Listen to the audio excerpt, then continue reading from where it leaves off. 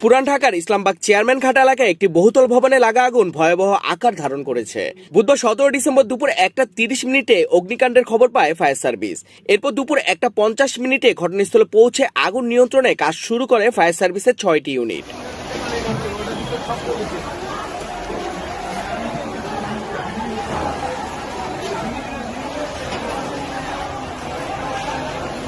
Fire service সদর দপ্তরের media সেলের ওয়্যার হাউস পরিদর্শক আনোয়ারুল ইসলাম জানান, শুরুতে লালবাগ, হাজারীবাগ ও পলাশী ফায়ার স্টেশন থেকে দুটি করে মোট 6টি ইউনিট আগুন নেভানোর কাজে যুক্ত হয়। পরে সিদ্দিকবাজার ফায়ার স্টেশন থেকে আরও 3টি ইউনিট ঘটনাস্থলে পাঠানো হয়।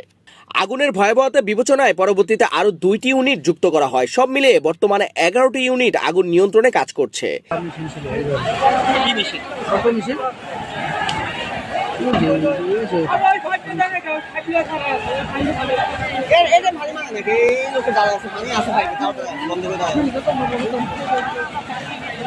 স্থানীয়দের ভাষ্য অনুযায়ী বহুতল ভবনের ভেতরে অবস্থিত একটি প্লাস্টিক কারখানা থেকেই আগুনের সূত্রপাত হয়েছে বলে ধারণা করা হচ্ছে। তবে সরু গলির কারণে ফায়ার সার্ভিসের গাড়ি ঘটনাস্থলের ভেতরে প্রবেশ করতে পারছে না। এ কারণে ইসলামবাগ চেয়ারম্যান ঘাট সংলগ্ন বুড়িগঙ্গা নদী থেকে পাইপের মাধ্যমে পানি নিয়ে আগুন নেভানোর চেষ্টা চালাচ্ছেন ফায়ার সার্ভিসের সদস্যরা।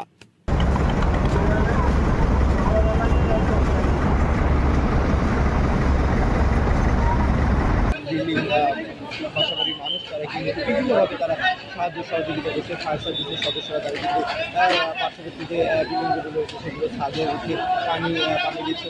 যে ঘটনাস্থলের পাশের ভবনগুলো থেকে দেখা গেছে আগুন বহুতল ভবন ছাড়িয়ে আশেপাশের ছোট ছোট বাড়িতেও ছড়িয়ে পড়েছে।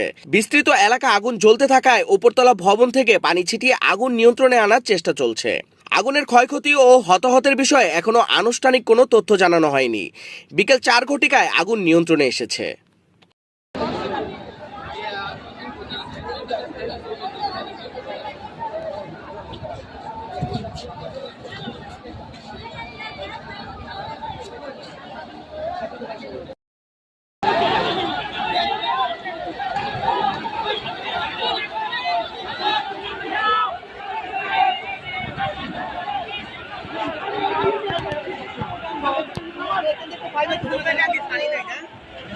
মানে